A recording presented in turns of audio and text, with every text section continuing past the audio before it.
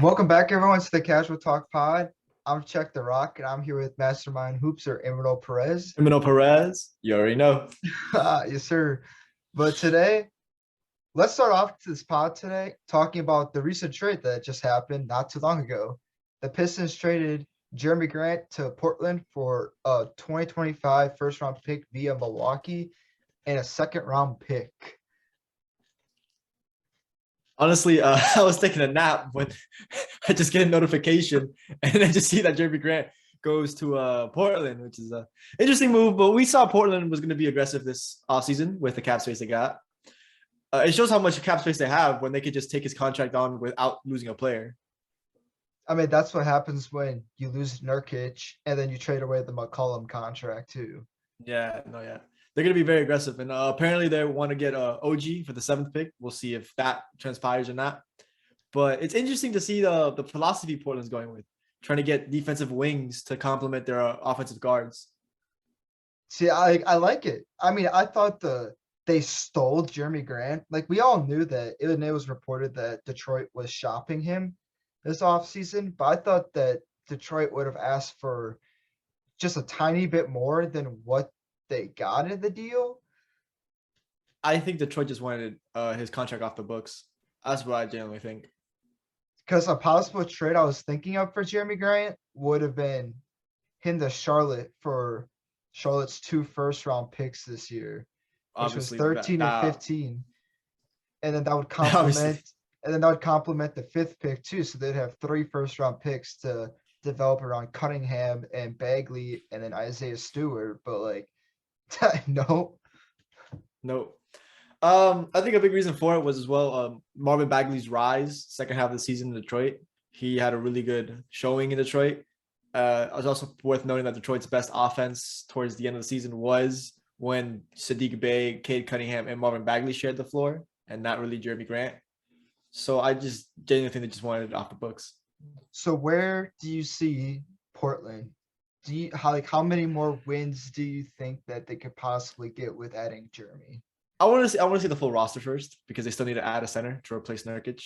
Maybe they go for Aiden, maybe not. Obviously, the rumors for OG Anunoby, which is a second defensive wing they could have, and another potential 20 points per game guy. The team looks interesting. The issue is I don't know if it's enough to compete with the Clippers and the Warriors of the West.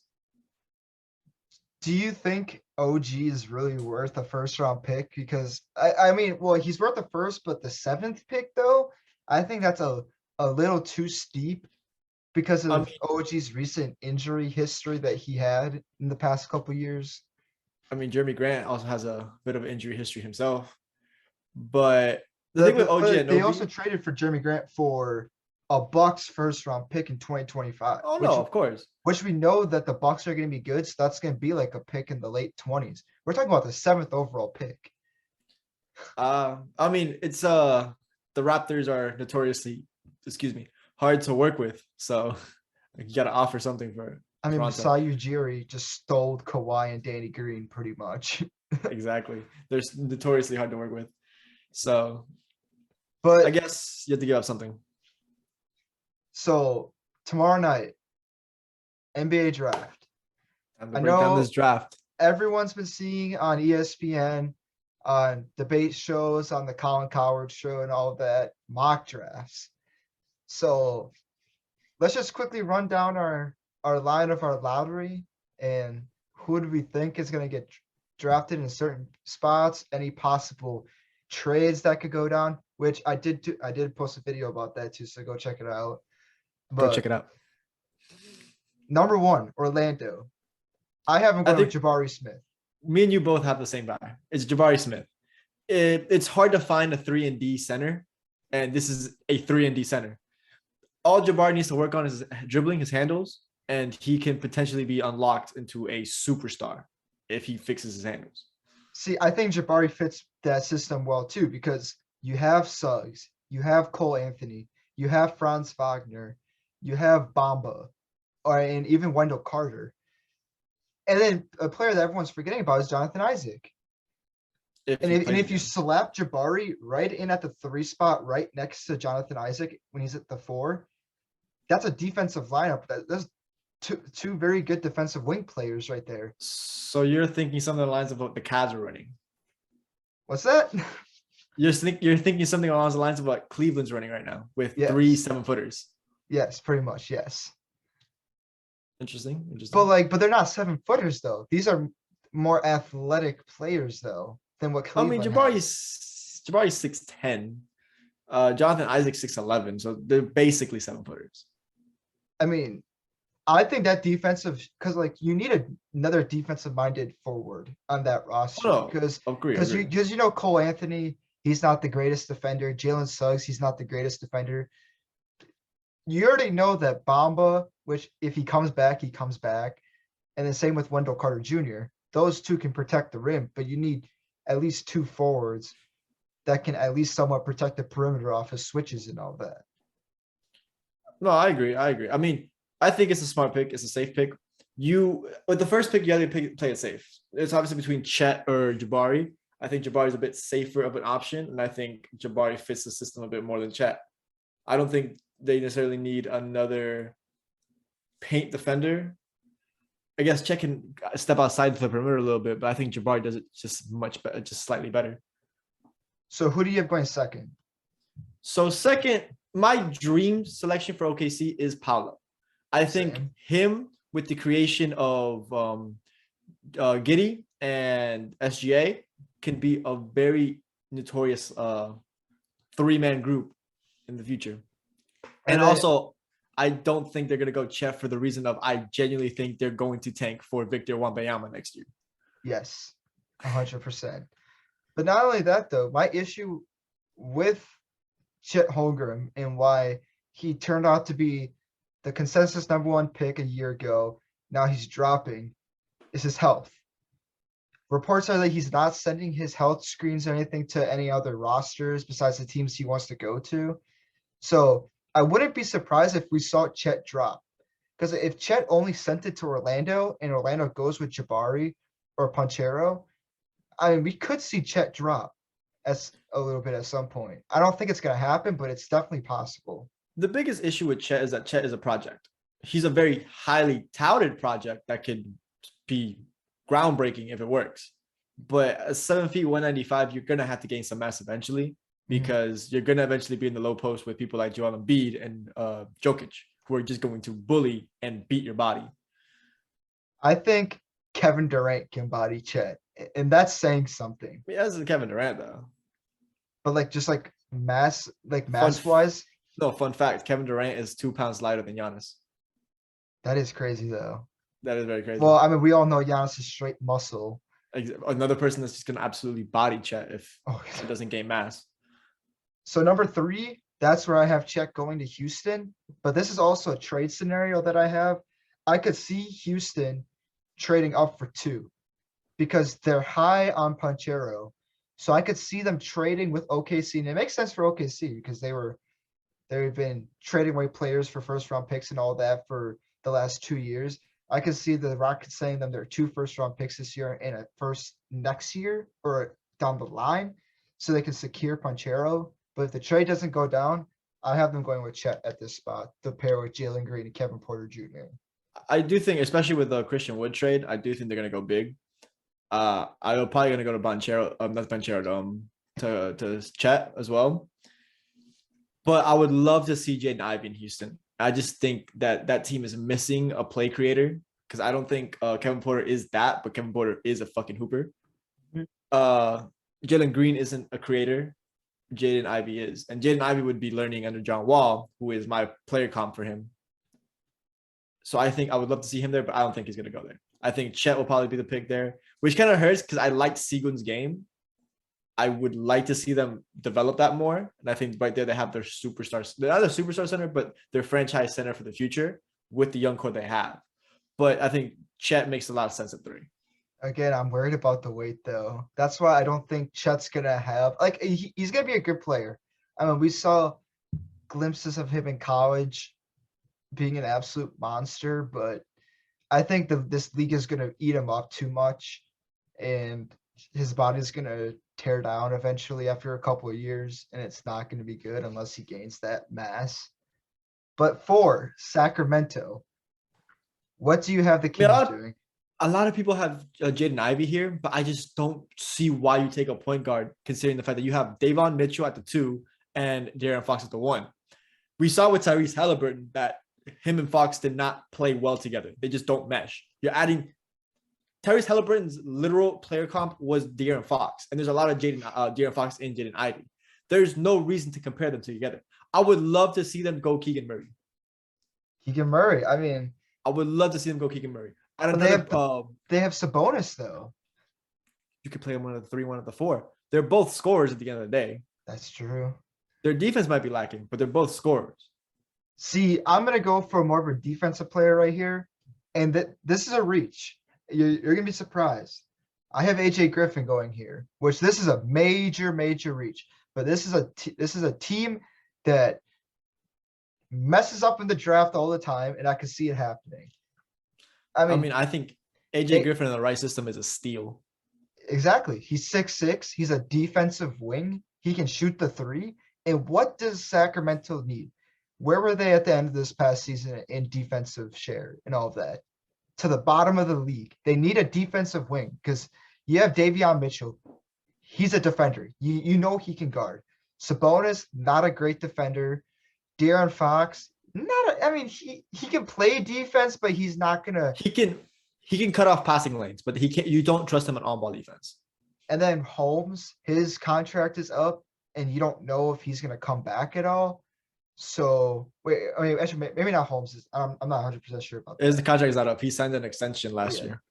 But they need that wing though. Ever since they lost Harris, well, they still have Harrison Barnes, but but he's potentially on the move. Potentially. Yeah.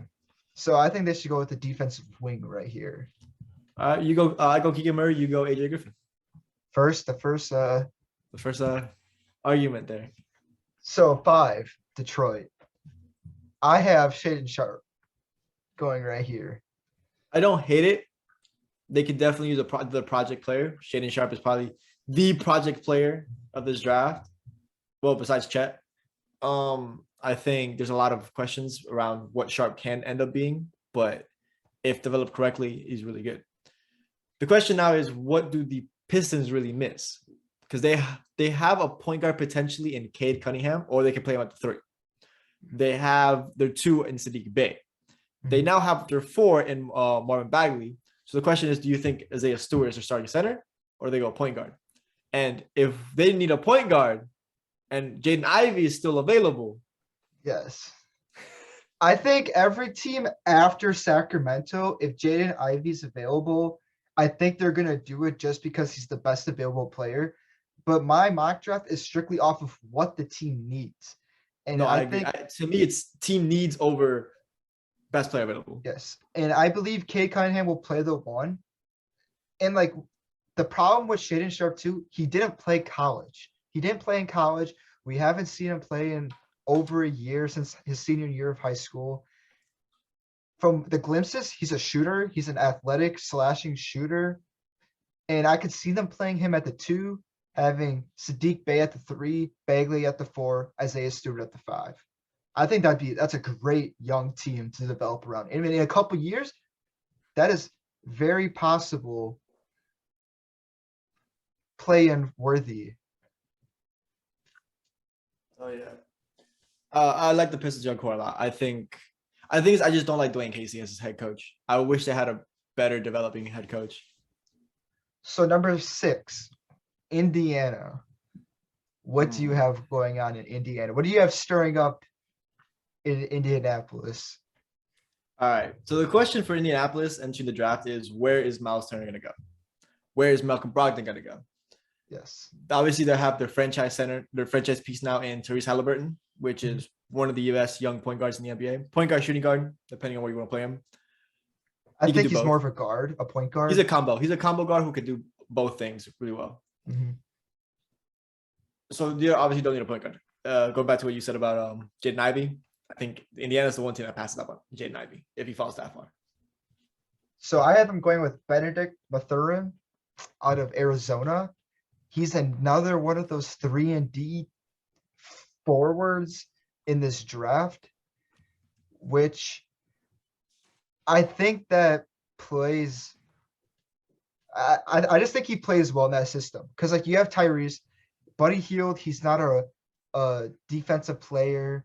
I mean, I believe Miles Turner is gonna stay. There aren't really many reports major around Miles Turner. I mean, maybe they do a sign and trade with DeAndre Ayton or someone like that, and they bring in DeAndre Ayton, which I think that would be absolutely amazing for that young core. But I think a 3-and-D player is the way to go because you're gonna in the NBA, you need a wing that can play defense. When was the last time we saw a team win a championship that they didn't have a wing that can lock down or shut down? It hasn't happened in years. All right. I haven't gotten Shannon Sharp yet. Sheldon Sharp. I think if there's a team that's ballsy enough to make these risky type of maneuvers, it's the Pacers. They have a history of drafting very risky talent, very project-based talent. Mhm. And I think if there's a team that can go for him, it's Sharp in Indiana. They then have Sharp and Halliburton to work with at the guards. And I think there's a lot of upside there. Both strong defensive players, both strong scorers, supposedly. We obviously don't know what we got with Sharp yet. I think there's a lot of talent there. So there you go. So you have Sharp. I got Benedict going at number 6. But now number 7. Like we talked about at the beginning of the pod about the Jerami Grant trade and possibly the Blazers are looking to move the 7th pick for OG Anunoby. But I got them taking Jalen Duren to replace the role of Yusuf Nurkic. No, yeah, they got to go center. If they don't trade for OG Anunoby, they have to go center here to go cheap, unless they plan on going all out for DeAndre Ayton. Yes. And DeAndre Ayton, that's another player right there that is in the rumors of going as he's possibly going to Indiana or Portland. But let's just hypothetically, if the Blazers trade the pick to Toronto for OG Anunoby, I still have the Raptors taking Jalen Duren at this position right now. Because they need a center too. They need a center, but they also could use a point guard. Because I don't think Van Vliet is a natural 1. And obviously Gary Trent is not a natural 1. But you can't be playing Pascal Siakam at the 5. It's worked for them so far. What have they done? What have they done? They made the playoffs, and you know what happened? Joel Embiid pretty much told them, "I am your daddy. Sit down. You're grounded." And they sent him home. Agreed. But you also have a very loaded cast at wings. You're gonna have to find minutes for all of them. I think. But you're trading away OG though, so that's another wing spot that's getting open. That is true. I mean, you could go Jalen Duren there. You could go Duren, Siakam, and Barnes at the 3. That's always an option. I'd like to see them go the point guard route personally. Get Dyson Daniels potentially. Ooh, I like that. I like that. A shooter, a nice playmaking shooter. I like that. I actually like that, but I think they need to go big because also another thing you need. I think the Raptors when they won the championship, they had a defensive player in Marc Gasol. I mean, he was old, but like he knew reliable. He knew the ins and out even at his old age, and he knew how to lock down the paint. So I think they should go with a big at this spot if Toronto ends up getting this pick from Portland. But next, we got the New Orleans Pelicans. All right. Straight up, they need a point guard. They need a point guard. They need a point guard bad. So they have CJ, BI, Zion, which I don't know if you guys have seen him on Twitter, but that dude looks ready. He's on a mission next year. So if you're going to bet it on any team in the league next year, I'm betting on the Pelicans because Zion looks like a fucking monster. I don't know about winning it, but like I mean, just like making the playoffs and all that. And then they have Valanciunas too. But the thing with the Pelicans is that I know they regret letting go of Lonzo. Lonzo was exactly what this team needed last year. CJ McCollum is not a natural playmaker. He's a high IQ player, but he's not a natural playmaker. Your best playmaker right now is Brandon Ingram, and he should not be your best playmaker. Not that he's bad at playmaking. He made leaps this season in that regards. So I think a Dyson Daniels here My dream here is Jaden Ivey. If he falls to Yes. 8 somehow, it's not gonna happen. But if somehow it happens, I would love to see it. But I think Dyson Daniels at number 8 makes a lot of sense. You get your natural field point guard, a guy who can create for others, is strong defender, which you needed a defensive guard, especially if you're playing CJ McCollum at the 2. You need a defensive point guard. You just need it. I think he makes a lot of sense at number 8. So this is where I have Jaden Ivey going. Like, I know everyone's gonna hate on me for this, but I am going by strictly what the team needs. And this is where I have Jaden Ivey dropping to. It just makes sense. They need a playmaking guard. That's what they missed out. I mean, did they take the Suns to I think they took the Suns to 7 games, right? In the first round? 6. Six games? And that's a team that won the West last year. No one expected this. To be fair, Devin Booker's injury played a factor into that. But still, no Zion, no true point guard. And CJ and BI just put the backpack on and they're just like, yeah, we're going to do it. But this is also a possible place I could see the Pelicans trying to trade up in this scenario. Maybe they could trade with Sacramento or someone like that, possibly, maybe even Indiana. So I could see the Pelicans trying to trade up in this spot too. I mean, they have the assets to do it. They just, if they're sold on Jaden Ivey, I could see them doing it, but the next, what's that? You go. I think Dyson Daniels is gonna fall to them. I think they're not in a necessary rush to trade up, but I mean, we're talking about the Pelicans too. I mean, like, they're known for doing stupid stuff too. that's true. I don't trust David Griffin to save my life. No, I didn't trust him when LeBron was his GM, and I still don't trust him now. So number 9, we have the Spurs. This is where I have Keegan Murray going. The Spurs are a team that had typically drafts under the radar talent a lot. Last year with Primo, for example, no one really expected him to go that high to San Antonio. They need a scorer. They need someone that can put the ball in the basket. I think they have an interesting young core with obviously DeJounte Murray being the point guard that he is. Primo is nice. I like Keldon Johnson's game a lot. Jakob Poeltl.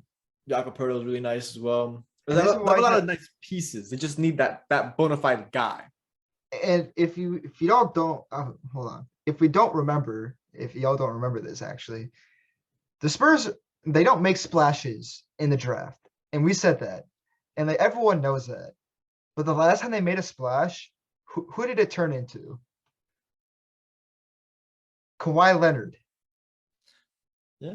I mean, there's a traded. Yeah, they traded for Kawhi, and obviously Kawhi. And look what he Kawhi. turned into. And I think this could be a major splash right now for San Antonio. I like AJ Griffin at San Antonio. See, I like that fit too. But I have him going 4 to Sacramento, and I think Keegan Murray just fits the Greg Popovich system more than what AJ Griffin would. I think is vice versa. I have Keegan Murray going to 4. Because we're also talking about Greg Popovich. Pop is also, he's still under the recognition of this is a get the ball into the post, take mid-range jumpers. Not really. If you look at the way the Spurs played this year, they pushed the pace. They were the fastest team in the NBA this year. True. They're starting to push the tempo a lot more, and they're starting to get breaks. It's just like they don't have the shooters outside of Keldon Johnson right now. I think adding another shooter like AJ Griffin at the 3, or maybe move him to the 2 and have Primo at the 3, can work wonders for them.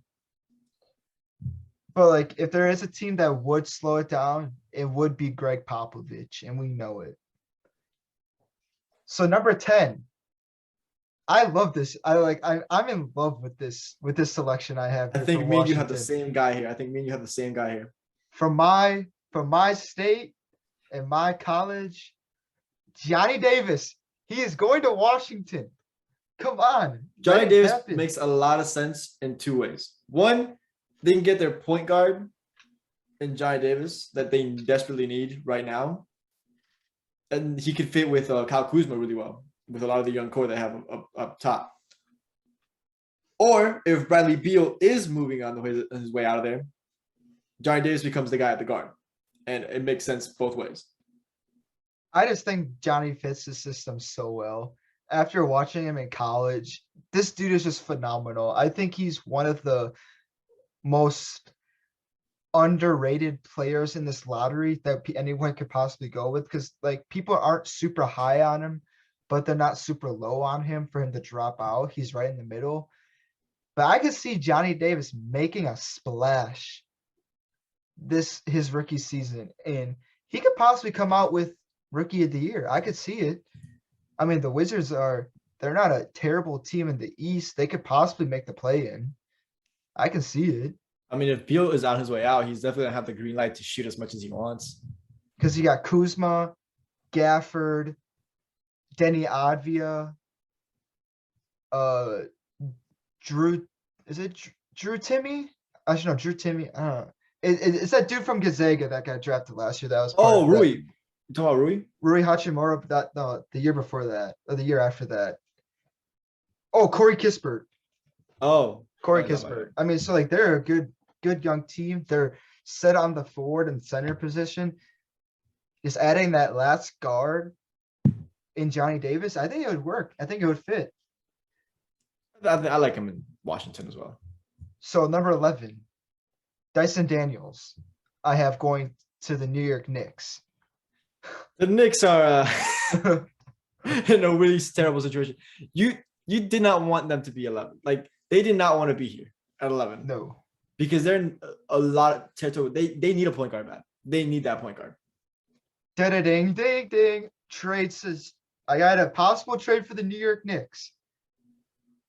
So I have them trading 11, next year's first round pick via Dallas, Opie Toppin, and a second round pick to Sacramento for number 4. And then they could take Jaden Ivey. What a splash that would be.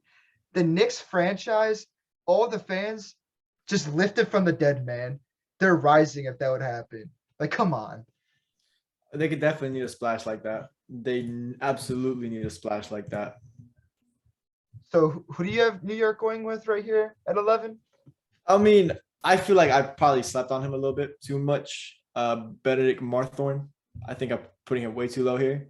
They don't need another wing, but he's a small wing, so he could be the future 3, and maybe the 2, and then you have RJ Barrett at 3. RJ Barrett made a lot of leaps this year, by the way. Who do you have him running the point though? Then after That's that, the thing. Derrick Rose. That's the thing. There's no point guard here to take unless you want to take Ty Washington this high up.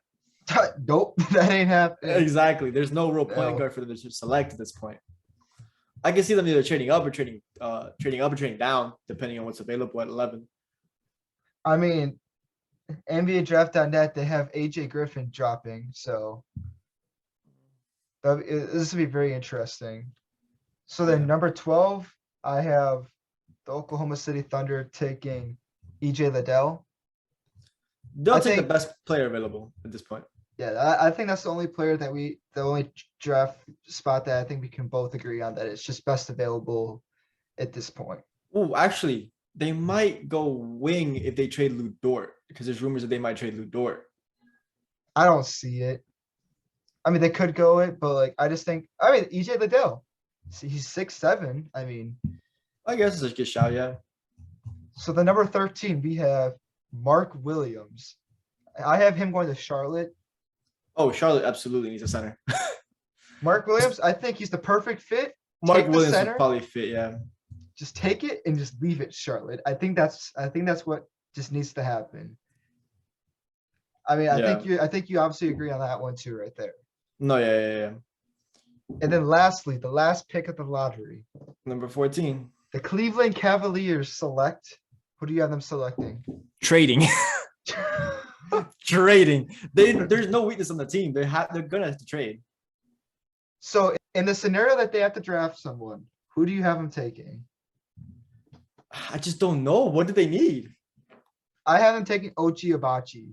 They're probably gonna go best player available, which they might go. I don't know. I don't know. They don't need another big man. They don't need another guard. They're so stacked. So from all the mock drafts I'm looking for, Kevin O'Connell has him taking OG Abaji at 14, which, I mean, that's who I had them taking too. But then for the NBA draft.net, they have him taking some random dude, Malachi Brownham. I mean, maybe, The I don't, shooting I mean, guard. I mean, I don't know who he is. Maybe he's a stud. I didn't watch much Ohio State basketball this year. So maybe that's a possible destination. Maybe Kendall Brown. I could see it. Very athletic project type of small forward. I think if there's one position they don't really have is a too small forward, as they have Laurie Markkinen playing there. Mhm. Maybe they can take a small forward there. Or do you think they go with the foreign player right here? Ooh, Usman Deng. Nikola Jovic. Ooh, maybe. I mean, he's supposed to be the smaller version of Nikola Jokic. I mean, I are we saying mean- that because of the name, or are we saying that because that's how he actually plays? I haven't seen much footage of him. I'll eventually deep dive into him more. Or maybe they, I mean, I know this would be a very, very big reach right here, but maybe they go with Patrick Baldwin out of Milwaukee. But I agree with you. If the Cavs, if they are anything but smart, because we've seen this Cavs franchise for how many years with LeBron? They've done jack shit. Jack shit. Literally. You trade the 14th pick, you get role players, I think they need to go with a guard that can play make at this point, that come off the bench. I think that's what they have to do at this point. Get a guard or something like that. They have to. I think if they're smart, they trade. They trade that pick. They either get whatever assets they can get, either more draft capital in the future or a player because they need another player for some reason. I really love the Cavs roster. I think give them another year to develop. They should be a playoff team. So since it's the end of the lottery, I kind of want to hear who do you think is going to be the winners of this draft? If you had to just look at it and like after everything went through, who do you think is going to win the lottery, and or even the draft in general, and who do you think is going to take a big L? I think Charlotte's in a really good position to take a really big dub with the 13th and the 15th pick. Cleveland, as we just said, they're in no position to draft anything at 14. They can trade to solidify their future even more with more draft capital, have more assets for a certain player if they ever want to trade for a player. You know, a certain number 6 in LA. Go James. Go James. if the reunion was ever there possible. So yeah, they could solidify the future there. I think Washington, if depending on the Beal situation, they could be putting themselves in an interesting position, especially if they get Johnny Davis. God, I love my boy Johnny. Johnny's my guy. Yeah. So I have Portland winning this. Well, Portland's in a good position as well. They have a lot of draft capital to trade. They have a lot of moves to make. I don't have them drafting anyone. I just have them trading their picks. Honestly, at this point, Yeah. you traded for Jerami Grant. Great start. Love it. But if you could get OG Anunoby too, just snatch him away from Toronto. What a great fitter on Damian Lillard too. And Anthony Simons. I mean, that would just be huge. From the worst defensive duo guard to probably the best 2 defensive wings in the NBA. My L, I think just looking at what the teams have and like picks and all that. It's the Knicks. Come on. We can't do Stephen A. Smith like that. The Come thing on. is, they're just in a position of no man's land. Unless they find a way to trade into the top 5 and get Jaden Ivey, which if they do, props to them, and they definitely are not going to be losers in that situation. But they're just stuck in no man's land right now. So my L is going to go to Sacramento. I just think, dude, we've seen Sacramento. They drafted Willie Cauley-Stein when they had DeMarcus Cousins. Like, huh? What? That I makes remember that zero too. sense. They drafted Tyrese Halliburton. And I'm sitting here like, oh my God, my boy from Wisconsin. He's in the league. They ship his ass away. literally the next year. That's what Sacramento does. They don't know how to draft. And if they draft good, they ship the good away and They're- get in return bad. They're boneheads. They're boneheads. I mean, it's a new regime. We'll see what this new regime does. So yeah, so I have Sacramento losing, and then I got Portland winning. So tomorrow night's gonna be an exciting night. 7 I o'clock think Central Time. if the Pelicans add a point guard, they're definitely winners. Oh, easily, yeah. Another team I have winning too. I can see the Magic making a splash. They have one, and I can see them moving. Maybe they do something with a young, like with like a Gary Harris or a Terrence Ross type of a deal, where they ship them in a package together or maybe separate with a future pick to get like the 15th, 16th pick or something like that. I mean, I would like that, and that they would get another good piece. So I'm excited about Orlando too. But let's just say RIP to Milwaukee and Miami forfeiting their picks. The second round, who cares? You say that. You say that. Who cares about a second round pick? But that's the end of the pod today, guys. I hope you all enjoyed our social media. So you guys can stay updated with us during the draft. We'll be posting on Twitter and possibly on Instagram. The link of that would be in the description with our YouTube channels. We're gonna be posting recaps, and then the summer's about to go crazy because I already know my boy. King of the offseason. he's- King of the offseason. He's gonna be the king of the off season. He's gonna be uploading. And do you want to give him a little bit of a sneak peek? No. You No? gotta subscribe. You gotta subscribe. You gotta subscribe. Subscribe. Just subscribe. But guys, subscribe for more content. All of our Twitter, Instagram, YouTube channels are linked in the description. And we'll catch you all after the NBA draft. See you, Space Cowboy. Peace.